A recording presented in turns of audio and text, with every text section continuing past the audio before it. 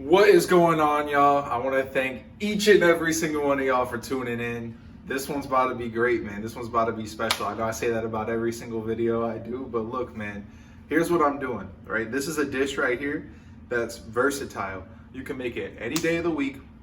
Ingredients are extremely simple, probably stuff you got laying around the house anyways. It's easy to put together. It's very full of protein. It's filling. It can fill you up, get you going throughout the day, whatever you got to do. But you can also make it in big batches. So you can make it for the family. You can make it if you have friends over, for potlucks, whatever the heck it may be. This dish right here is Big Ziti, or ziti, as some people, I don't know what it really is. I've never known. I just say ziti. I don't know. But anyways, this is a very versatile dish. Like I said, man, this one, once you guys learn how to master this dish right here, I promise you it'll take your kitchen game to the next step. You know what I'm saying? You'll feel a lot more comfortable in there after doing something that's actually pretty simple. You start to learn just how easy this stuff is. That's what I'm here for. So without further ado, let's jump right into it.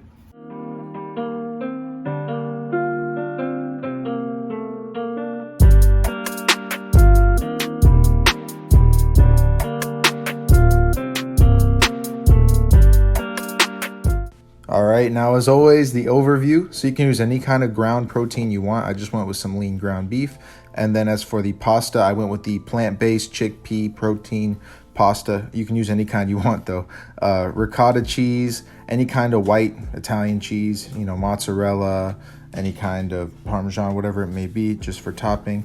And then some other Parmesan grated. And then the onion, you'll be going both ways with it. And then for the sauce, you'll just need literally a can of crushed tomatoes. I have 2 here because I'm gonna make some extra later, and then some minced garlic and a little bit of basil for the end. It's that simple to make your own sauce. This one's gonna be great.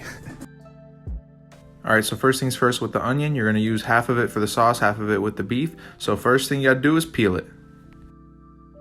Then you wanna go ahead and put it on your cutting board and cut it in half and declare which half is going where. And then you're gonna go ahead and just chop them up. A nice little dice, just cuts both ways, should be good enough. All right, so now that the onions are cut, we're gonna go ahead and throw them into a pot with just a little bit of oil on about a medium heat. We're just gonna be caramelizing the onions. We just wanna cook them down on not too high of a heat so they don't burn, but you also wanna cook out those sugars that are in the onions and get a nice good color to them. So the sauce is one thing you just got to take your time with, but it's worth it in the long run.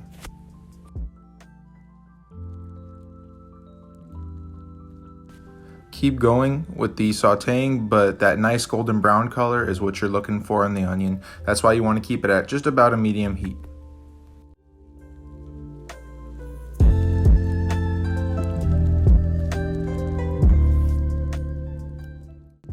All right, now I'm gonna go ahead and add just about a tablespoon of the minced garlic, and I'm just gonna start to cook it off with the onions. Now that they're being a little bit more close to done, I'm gonna throw the garlic in so that way it doesn't overcook or burn. They're both cooked exactly to where I want them to be right before I put in the sauce, which is actually the very next step, is putting the sauce in. So just empty out the whole can into the pot, keep it on that medium heat, maybe even turn it down a little bit, and just let it come to a slow heat, a slow simmer, and just let it cook down for about 10 minutes or so, so that way it can boil off everything it needs to boil off without being too strong of a heat. And a good secret is to use just a little bit of sugar and just a little bit of salt. You don't want to over season the sauce. One rule of thumb with cooking is always that you can add seasonings, but you can never take them away. So always season carefully to taste. And then we're gonna go ahead and start cooking the beef next. And this is super easy. Just throw it in a saute pan with some oil and just mash it up and begin to cook it down. And then go ahead and season it up. You can use whatever you want. The key to this dish is flavor. So you want each individual piece of the dish to have its own flavor, so that way you can start to layer them on.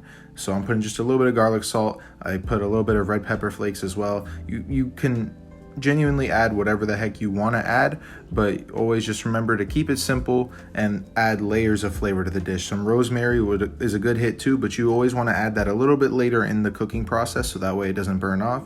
And then I just went ahead and put the rest of the onions and I cooked them all together until the meat was cooked all the way through. In the meantime, I've had my sauce simmering away this whole entire time. So now that it's almost done, I'm gonna go ahead and break off some basil leaves in there. Just a little bit of flavor, a little bit of extra hit to it, a little bit of freshness. It always adds to the tomato sauce. It's always a good hit to add a little bit of basil.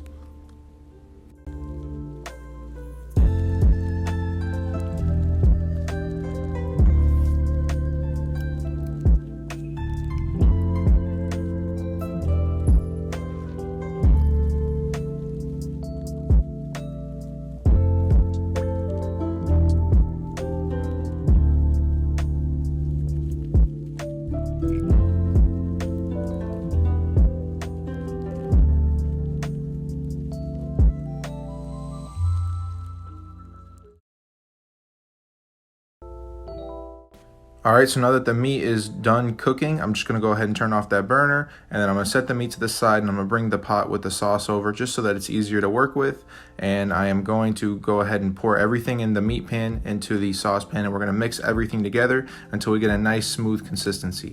And once you mix these, you really begin to see the color pop and just how flavorful this dish is about to be. Of course, you can always give it a taste test to see if it needs anything, but I've been tasting these as I've been cooking them, so I know this one comes out good. And then you just want to mix them together, and then we can go ahead and get started on the noodles.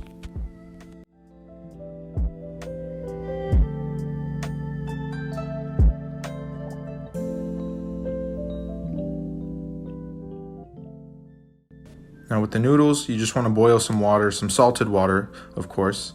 And once it comes to a boil, you just pour in the whole box, and you just want to go ahead and let it boil for about 8 minutes or so, stirring it occasionally, of course, and just check it at 8 minutes before you dump out the whole pot. Just check it at about 8 minutes, see if it's at a good al dente, and if it is, then you're good.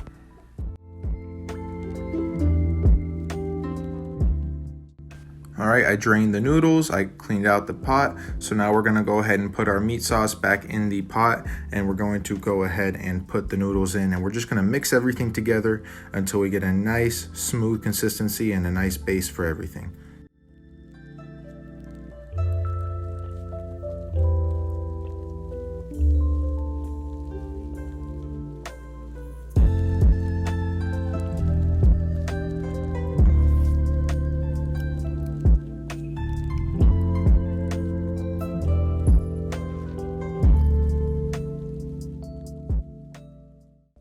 All right, now carefully, slowly, a dollop at a time, we're gonna go ahead and add the ricotta cheese. You wanna do about 2 to 3 dollops and then slowly mix it and just barely mix it too. Don't like fully incorporate the ricotta in there, just slowly mix it so that way it's, you know, spread out, but it's not like fully mixed in, because those big chunks of ricotta are what's gonna give it flavor as it bakes in the oven.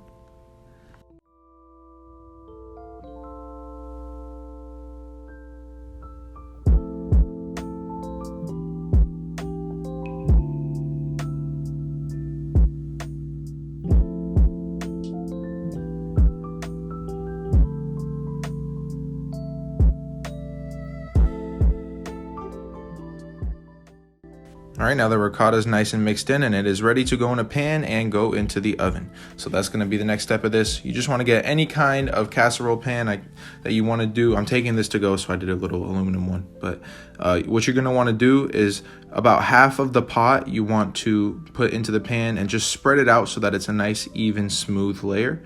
And then what you're gonna do is you're gonna put a layer of the shredded cheese on top of this. A nice smooth and even layer. You want to get full coverage over the pasta, and then you're going to go ahead and dump out the rest on top of it, do a nice smooth layer, and do the same thing all over again.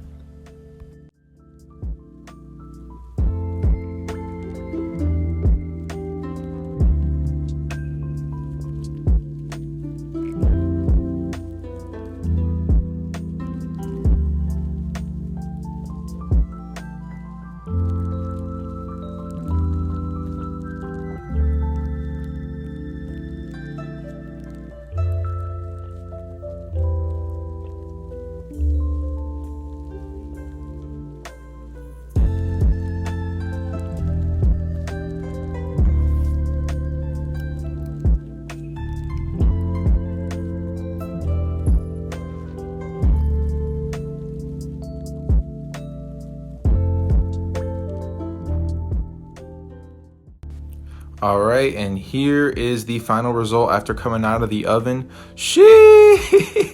Yo, That looks fire. So now we have layers with the cheese. The pasta's nice and blended. We still have all that ricotta in there. The fresh tomato sauce is going to give it a lot of flavor with the basil in there. And the meat was cooked on its own with its own kind of seasonings and flavoring. So there is tons of layers of flavor in this dish, which is the key to a great pasta, is layers. That's why pasta is so popular.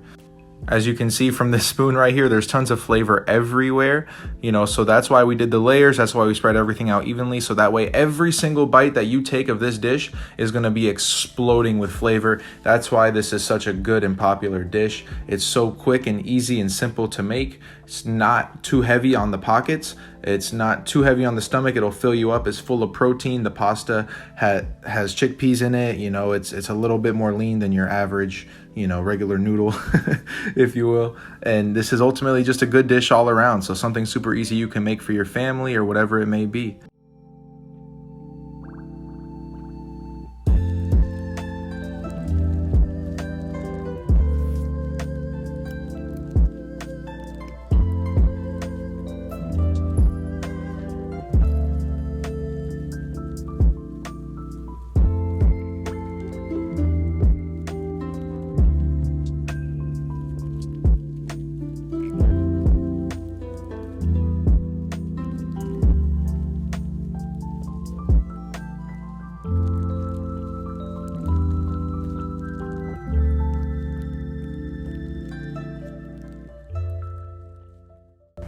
And as always, of course, I want to thank each and every single one of you guys for tuning in, watching this video all the way through. As always, it means the world to me. It means so much that you guys watch all these videos that I do, the creations I put out. I always, I'm very, very grateful. If you like this, go ahead and share it with some of your friends. Remember, I'm putting all you guys on game. I'm showing y'all how to cook, how to live in the house, cook in the house, do what you got to do, get your business done, but just how to live and cook.